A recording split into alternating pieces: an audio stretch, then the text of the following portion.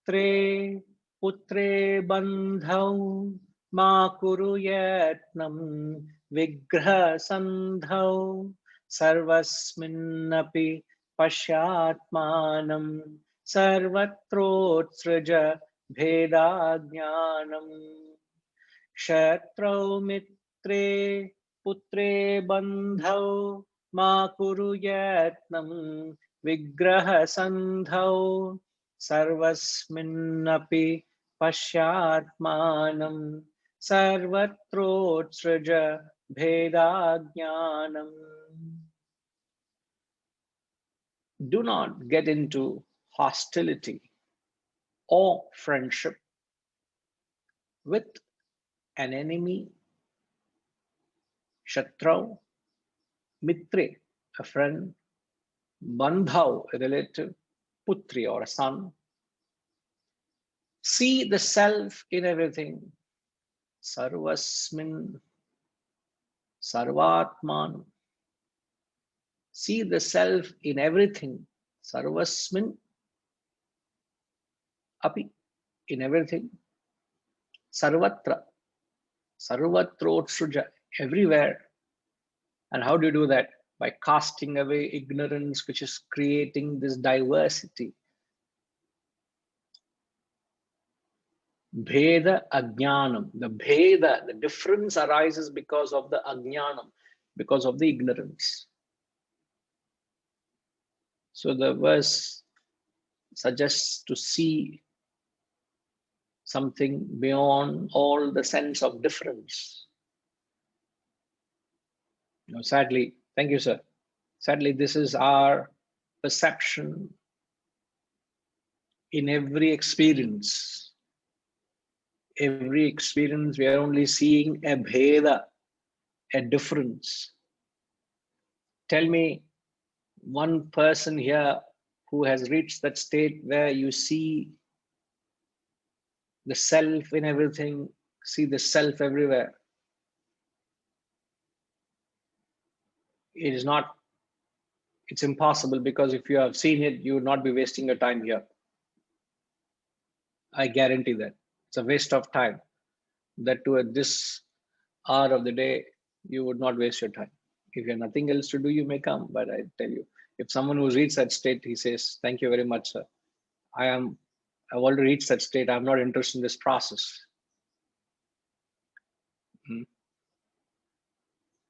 Kitchen is closed because we have had a sumptuous meal. Kitchen is closed until supper.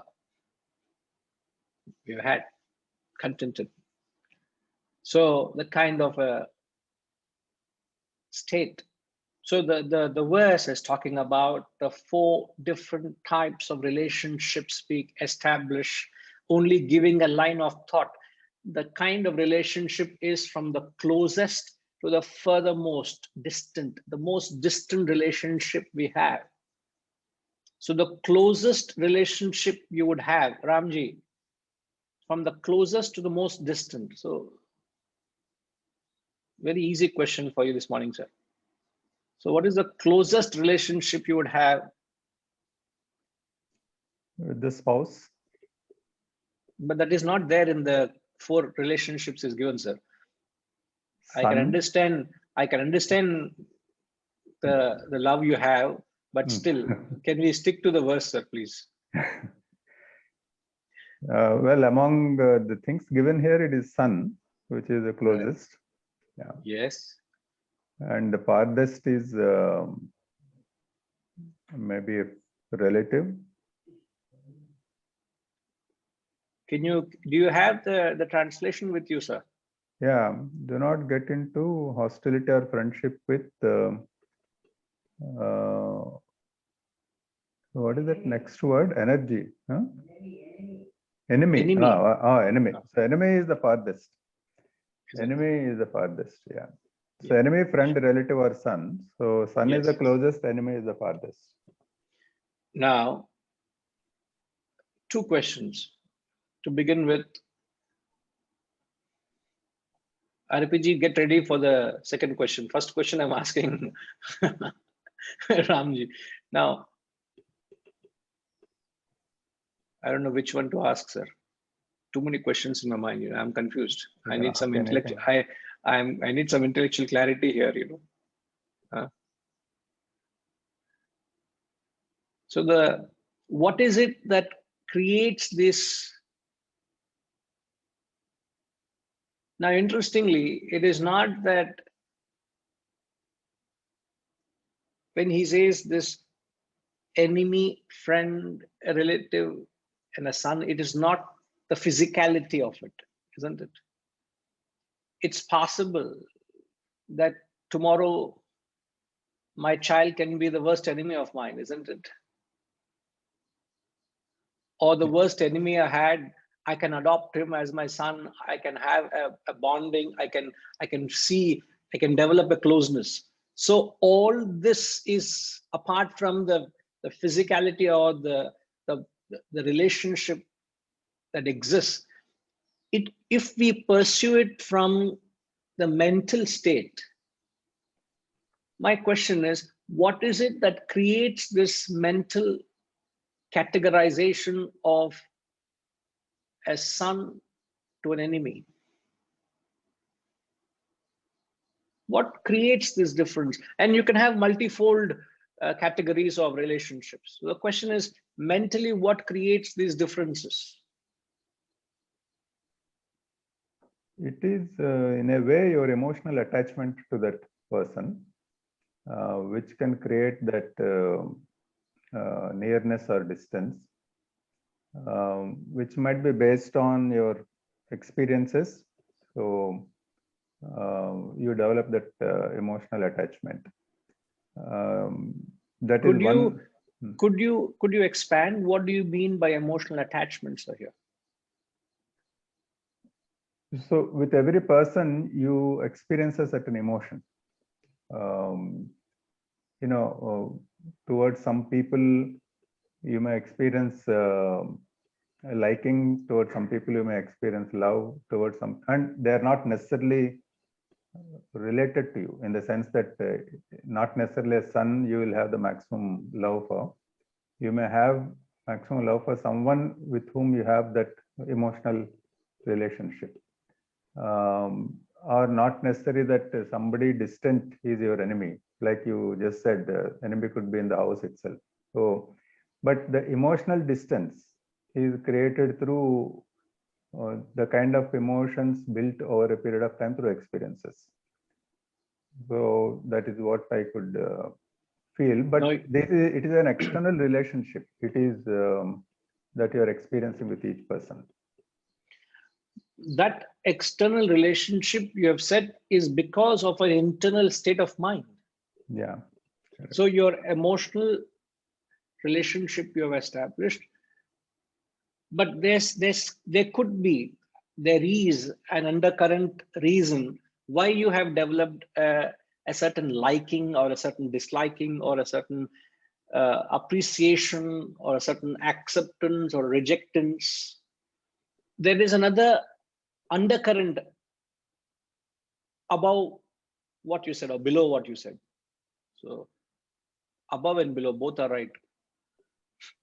So the language, that's the problem with English language. Above what you said, there's undercurrent below. So what is that below undercurrent above what you said?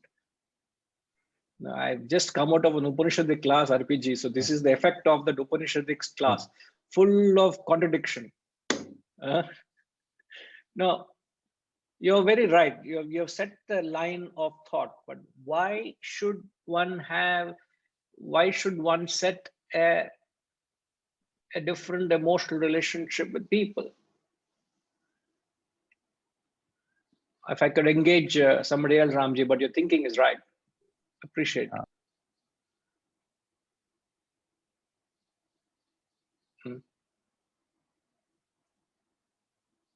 Kamalji, if I can ask you, what is further to what Ramji said, what is it that could cause this different categorization of relationships we set with people? One thing which comes to my mind is where I think it is part of me, then we develop some kind of relationship, especially with the like love, you know, like we said, like son is the closest relationship. Although we may not like our son, or we may always have arguments or disagree all the time, but we uh, and the son may be not even living in the house, but still you are so much connected because you feel that he is part of me. And it's like this, you know, like you have a body part, although it has gone bad, but you still don't want to get rid of it because it's part of you. Yeah. You don't see that difference. Yes. And whereas other relationships we develop because we think they are not part of us. Yes, you're right. Right. Uh, you're very true. So what sets that wrong?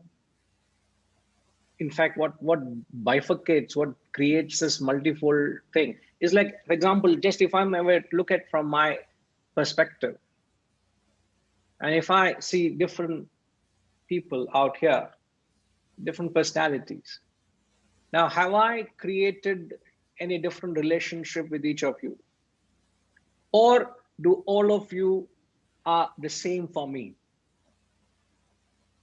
If I see each of you as different, it is created because of an axe to grind. I have a certain axe to grind. I have a selfish relationship. I have a particular motive within. And when the world meets my motive, my selfish demands and expectations, I seem to accept or I'm favorable to them. So a son is closest to me figuratively is because I like someone because that person always agrees to me. He says what I like. He does what I want. Therefore, I like him. But if someone who doesn't even appreciate what I'm doing, but they're coming and taking, they're people. They're people who come there, come just to take this knowledge. Why? Because it's been given. You're giving it, I'm taking it. They don't bother as to how it is coming. They're not concerned as to what can I do. They're not grateful. They're not mindful. They just come and take. What is my feeling to someone who could just be takers out and no intention to play any part in advance? Does that person become distant to me? Just because somebody is investing their time, thought, energy, resources to advance his knowledge, does that person become dear to me? If that is my perception to the distinct categories of people out here, from the most favorable to most unfavorable, then it only establishes that I am approaching this act with an axe to grind. I am entertaining a motive. Sriniji, are you able to follow? Just this current experience. So if I have a specific emotion of like or dislike is because of my selfishness. But if I don't have a selfishness, if I don't have anything personal in it, I have nothing to gain or lose from any one of you. So I see all of you are as just some common factor. I see. I don't look at you from my perspective. I look at you as something common factor. I see you're all seekers of this knowledge, and you're all at different levels of seeking this truth, but we're all seekers of this truth. That's all. So I instantly identify with a commonality, but I am not looking at you from my personal selfish expectation. So what creates these relationships, or the various relationships you set from the most closest to the distant, is your own selfishness. That's the answer. That's what I was saying, the undercurrent, Ramji. That which is beyond this emotional attachment you develop to someone, or a distance to someone, is because of your own selfishness. And in fact, interestingly though, Harishji, could you share the PowerPoint of 29th verse? It's interesting what in the 29th verse we're going to, he says, just look at the translation, the third line. He says, the wealthy fear even his own son, he says. Wealth is calamitous, thus reflect constantly. Truly, there is not even little happiness from it. The wealthy fear even his own son. This is how it is ordained everywhere. It is not the view of the great Adi Shankaracharya. He's saying this is the universal truth, man. The very famous 29th verse. We'll get there soon. But I'm just trying to say, if you say son is someone very close to me, here he says the wealthy fear in their own son. So son is not relationship you set because of your physicality of the relationship, but it is a mental. I'm only justifying how we have set this relationship. Thank you, Ji. So the relationship is not in the relationship you have created, but the relationship that is mentally created.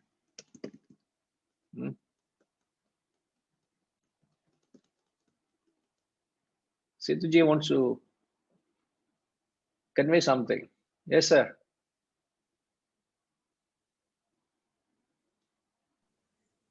No, Hari Om Guruji. No, Yes, this, sir. as you said, hostility or friendship that is allying or antagonizing, this can happen. So I just posted some example. I have come across many terminally ill people getting very much attached to the caregivers and attenders than their own kith and kin in their last days, because they are the one who are attending and they are the one who love them. Actually, I have seen many of them, these caregivers, cry more than anyone when these people pass away, because they are with them day and night for years together, particularly those people who are in coma or this bedridden for long and paralytic patients. So they get attached to them because they are the one who are serving them and they align with them. So just. Yeah, it's a very interesting observation, and it's a very factual observation. But philosophically, what is the message in that for us, sir? Philosophically, they are attached because they are serving them. It's a selfishness, undercurrent selfishness. Isn't it? Yeah. So you may love your caregiver more than your son who is somewhere out there. He's away abroad. He's wherever he is in his world. He says, I don't have the time. I'll give you enough money to live in a 5-star facility where you will be taken care with 3 servants, 24-hour facility. But I don't have the time to come for you, isn't it? Same way, you have a Mercedes, your driver may be more attached to that vehicle than you, because he is the one who driving and cleans and keeps it intact.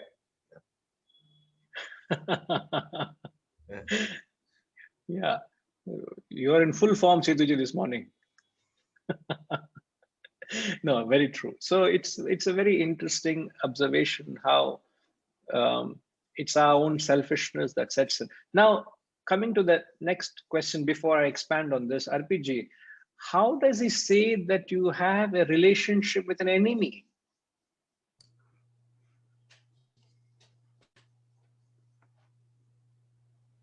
Doesn't that question arise? You don't want anything to do with an enemy out there, and yet he says you have a relationship with an enemy. How does he say that? What's the logic behind it? Because we are expected to question everything. So I'm only trying to bring a sense of reasoning to say how does it happen?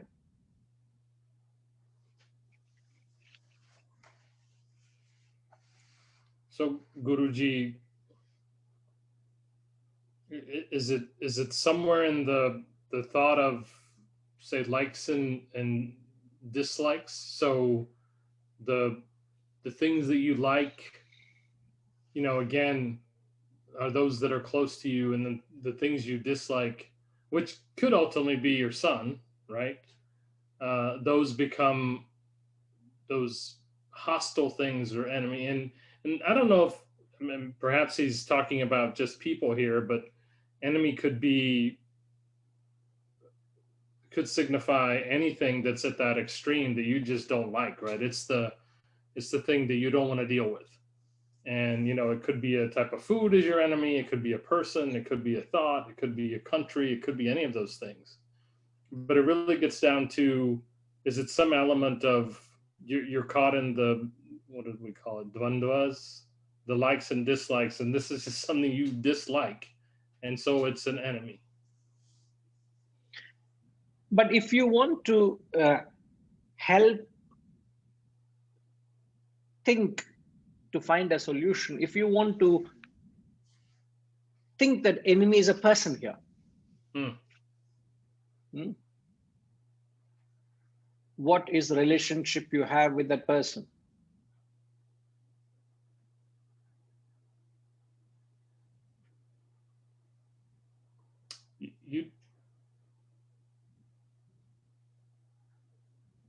You don't see any aspect of, you know, just like on this extreme with your son, you see a piece of yourself in that person.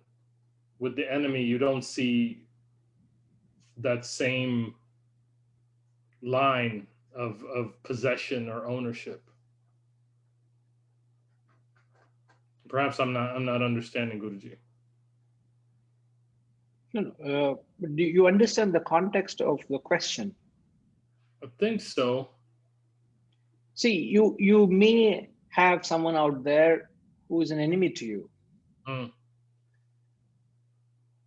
What is it that you have a relationship with him? How is it that you have a relationship with him?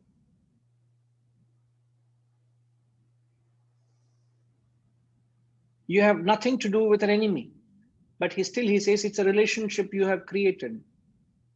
The most distant though, but how is it that you have a relationship with an enemy? It's hard for me to describe. I mean, you know, in terms of how I mean, you may have an enemy because of many things. They did something against you. They did something against someone you care about, whatever it is, but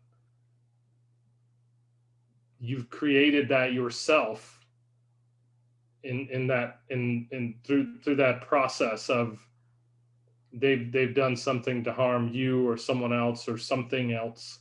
And so you pitched up that relationship. So the relationship is pitched in. So what pitches in a relationship? What establishes the relationship is the fact that you still entertain the thought of that person in your heart, in your head. That's the relationship you have set. The relationship, though, could be of hatred and dislike and non-acceptance of that person, or an act that person has done to you. You are not able to forget that act. So the thought is very vivid in your mind. It presents itself as a reality.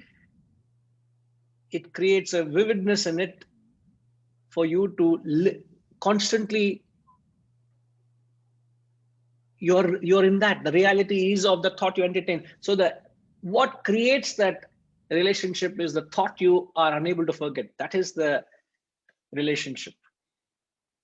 Many people do many things out there, but that doesn't necessarily justify or augur that you harbor in your heart and keep pondering over it and make it a reality and then suffer, isn't it? Why should I go through hell? Yes, RBG. So is it a matter, just as we indulge with the son in that relationship, we also indulge in this sort of negative relationship. Absolutely. So it's still Absolutely. an indulgence. It is still, you are indulging, you're entertaining a thought, you are establishing a thought current, you are having a relationship. It is, you are actually developing a greater attachment to your enemy than your son.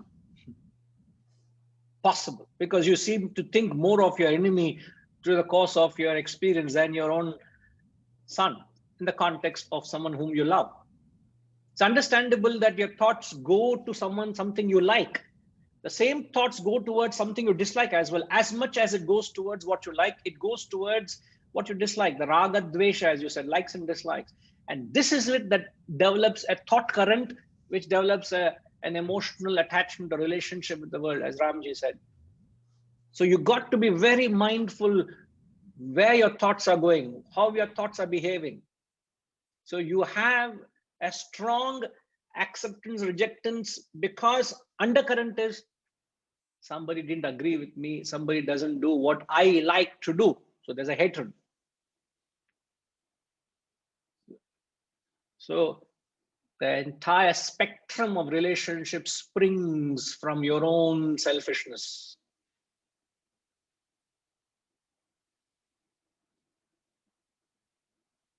Reddy Garu, that's a punchline. The entire spectrum of your relationship springs from your own selfishness.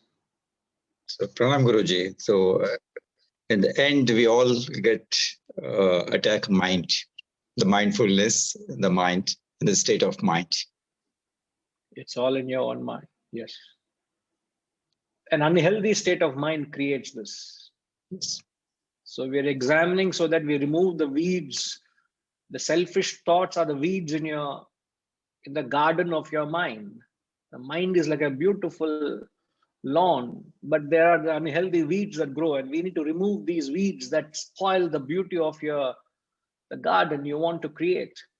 But that has to be happen on a moment to moment, Guruji. Yes, there has to be a full-time gardener, sir. Yes. And the full-time gardener is the ever alert, present intellect, ever mindful of any weed that goes unattended, it gets attended to, and you weed it out. If you don't do so, it grows wildly and consumes and destroys your garden. That's Isn't true. it? Yes, Guruji. So, and our mind, sadly, again, Venkatramaji, and we keep using very sadly because I'm a little bit overcome with grief today, sir, because of the sad reality of affairs. You know, the sad reality is our mind is infested with selfish thoughts. You agree with me, Venkatramanji? If you look at the normal mind out there, is it blooming with positivity or is it infested with negativity, sir? Infested with negativity, invested with the desire for self gratification in some form or the other. And it doesn't augur well for anybody out there, isn't it? It doesn't. And social media only promotes it. It's more about narcissism, and that becomes an acceptable frame set in societal discussions. Very sad, isn't it? Yeah. So you also share my sentiment? Yes, sir, I said. Correct. Unfortunate, yeah. Unfortunately. But this wisdom has got all the solutions for it, isn't it? Correct. We're only just being factual about it. Thank you, Ji. So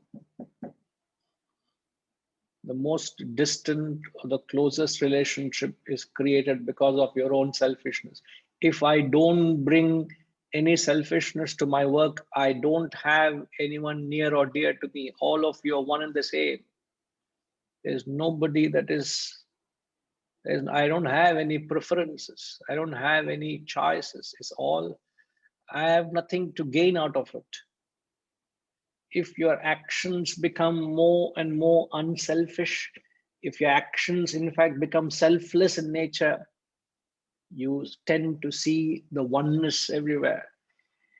In fact, you don't complain at the differences, the apparent differences, you only celebrate the differences. In fact, everyone is different. That's the beauty of it. But you tend to see the bheda, the cause of bheda. What is it that causes the bheda?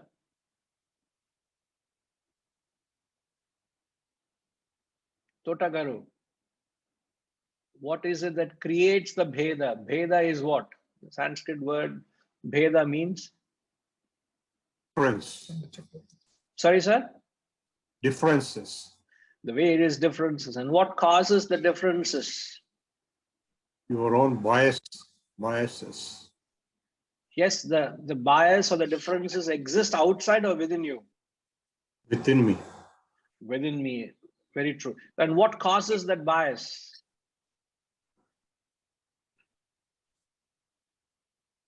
So your emotional inclinations. Again, that's an expression. I'm asking the cause. Selfishness. Selfishness. In fact, the verse puts it as ajnanam. He puts it in a generic way. He says bheda jnanam. So the bheda arises because of ignorance, and ignorance manifesting in the form of your own selfishness, your own desires, your own personal agenda. You have a hidden agenda. And that hidden agenda creates all these differences. And the moment you see differences, you're only going to get into a conflict, isn't it? Remember the example of that mirror room and a dog in a mirror room. A dog entered a mirror room which was designed only for the prince. The prince would walk into the mirror room just before he presented himself in front of the gathering. And he looked himself from every angle to see whether he is presentable, whether everything is decked up from head to toe as a monarch, as a ruler, as a king. But somehow the dog entered the mirror room later. And the dog saw, what did it see? It saw many dogs. And many dogs were there, but the sad part was, Sriniji, continue the story, complete it. Well, I haven't heard this story, so I'm very curious to what the story is. You are very... You never heard the story? No. It may have been in another class you may have mentioned it, or maybe I missed it in one of these. No. But I can see the dog barking. That's I would think that. So what it ended up was, the prince saw multifold reflections of himself in a mirror room. You know, every corner of the room was actually mirrored, and the prince could see himself in every reflection. And he only saw himself in every reflection, which is fair enough.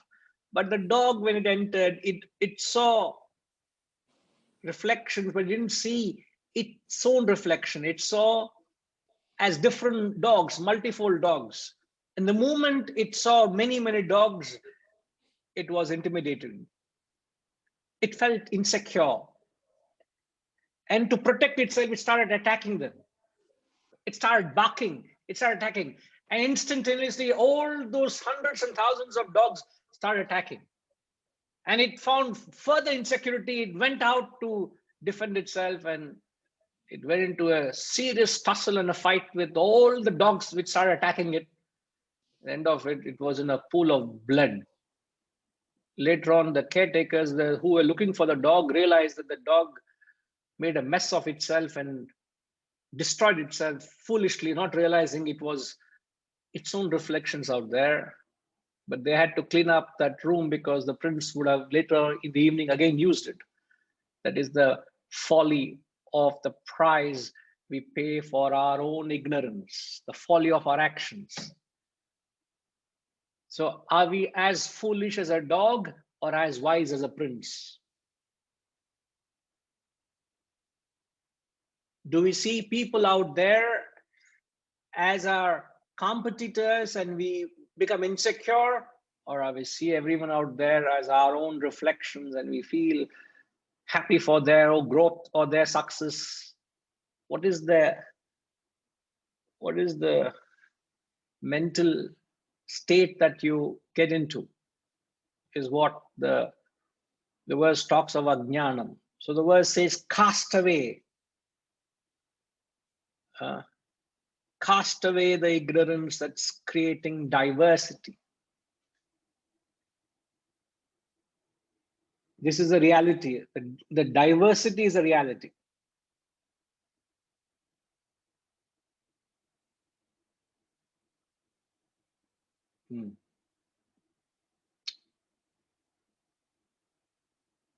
So we're all seeing a difference where there is only a oneness. Ushama, you had asked something earlier. I'm sorry, I missed it. Could you? Namaste, Guruji. Yes, ma'am. It is about the relationship with the son or parents or wife or whatever it is. Apart from being attached because of our thoughts or selfish motive or whatever it is it not also our responsibility as for having brought them into this world or something, to take care of them, to set an example how they should live? I mean, is it not also related to dharma, our duty or our dharma also, Guruji? Apart from the selfish, I mean, I may not be selfish, but I don't expect anything from any of them. But as having been related to them, don't I have a dharma towards them, and don't I perform certain duties towards them? It may be with detachment, it may be with attachment. In fact, as you were asking this question, I'm reminded of how providence helps the animal kingdom deal with the same problem, or not a problem or a situation. I often, when I'm left with myself, and if I have to educate or entertain myself, I'm often watching this National Geographic or this Animal Planet, and I just get I don't know whether to use trance or ecstasy here, because I'm, so for those of you all who have not been aware of what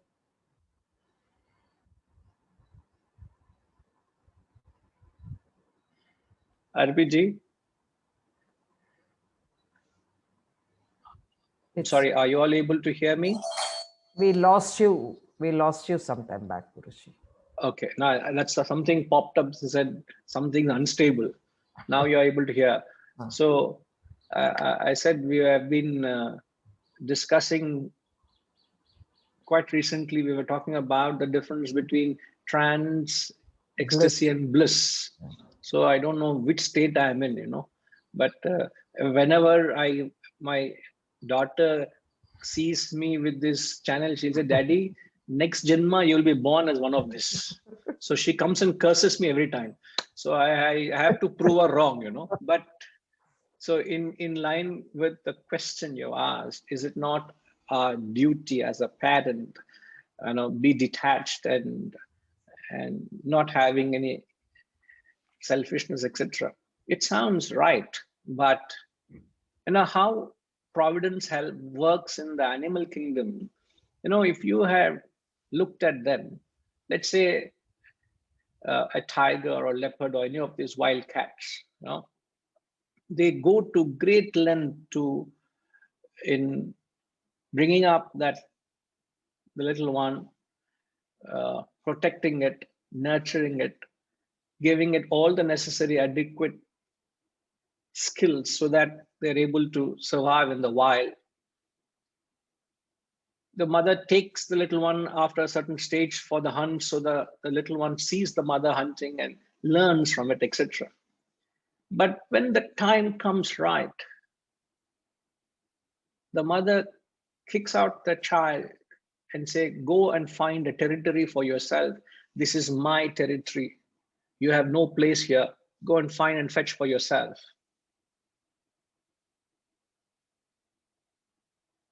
You know that? And it's just not in the cat kingdom.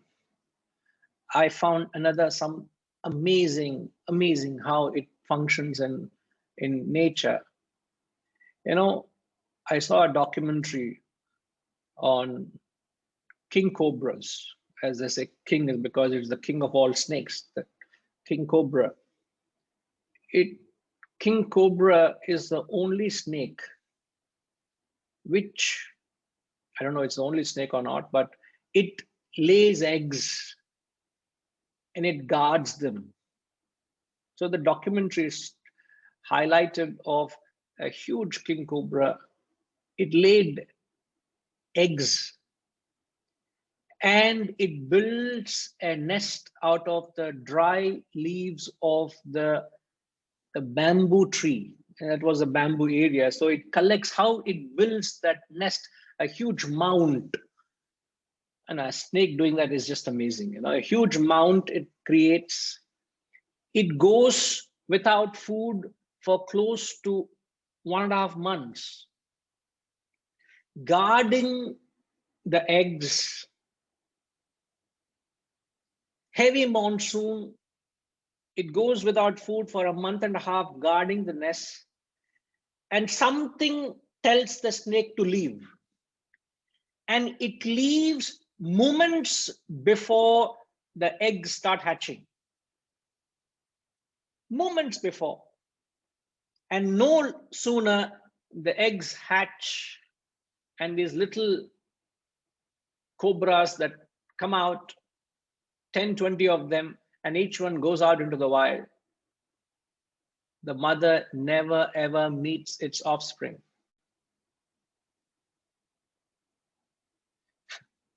If this itself is amazing, you would be wondered what is the reason why the mother which laid the eggs, built a nest, goes without food for 1.5 months, guards them, protects them, and just before it meets its own offspring, leaves, never ever to meet its own offspring.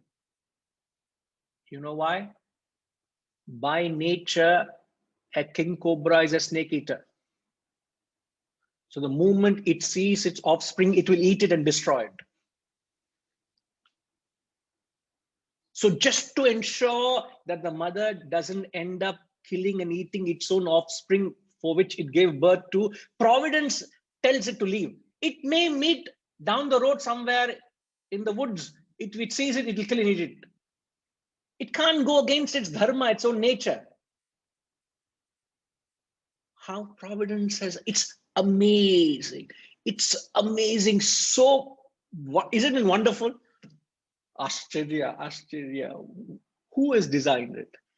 Is it not true to its dharma? It is true to its dharma.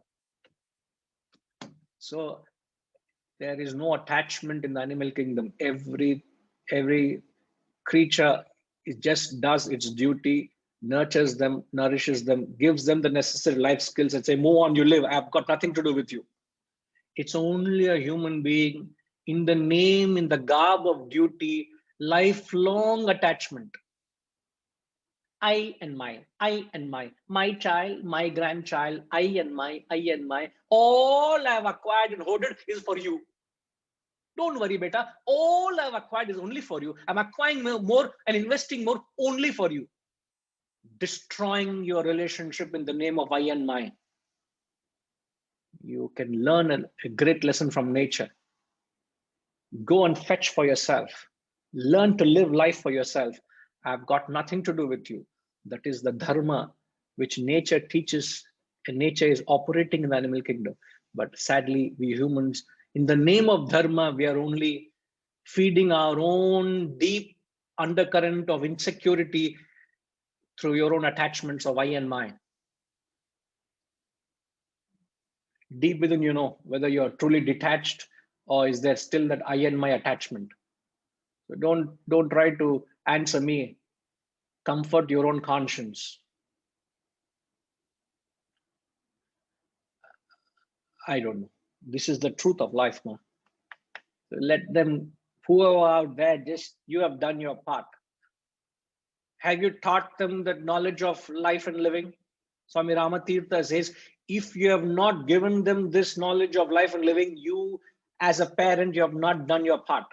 You are a failure as a parent, Ramatirtha says. You may have given everything to them, but if you have not given this life skills to them, you have done nothing. So what are you claiming yourself to have educated them, and you have done nothing? And I'm just quoting Ramatirtha here. I'm not having anything in my mind when I say, you get my. So the true spirit of detachment is to understand that I have got nothing to do with it. Each one has a life of their own, let them lead. And if you can facilitate it. I have got nothing to do with them. Each one is born with their own vasanas. They have to deal with their own karmas. What have I got to do with it? So don't unnecessarily use the duty and responsibility to unknowingly bind yourself. So the so-called duty and responsibility actually creates an attachment, because we are not objective when we say duty and responsibility. Let's be very honest with ourselves. In the name of duty, we are only getting attachment of I and my. So let's not do that. So to answer your question, a wild cat and a king cobra example, performing dharma and your duty, just do it and say, get out and go and live your life. Don't be a pain in my neck, man. If the mother doesn't kick the growing leopard or a tiger, the very same leopard and tiger becomes a competitor for its own livelihood. Says, go and find your own territory. In fact, if you know, in the lion kingdom, the lions actually kill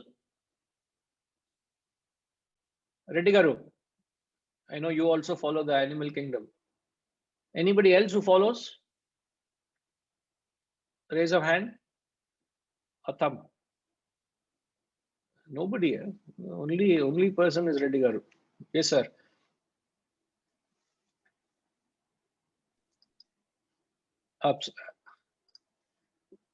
I'm sorry.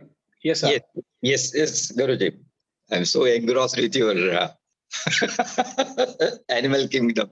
I'm virtually living at this moment.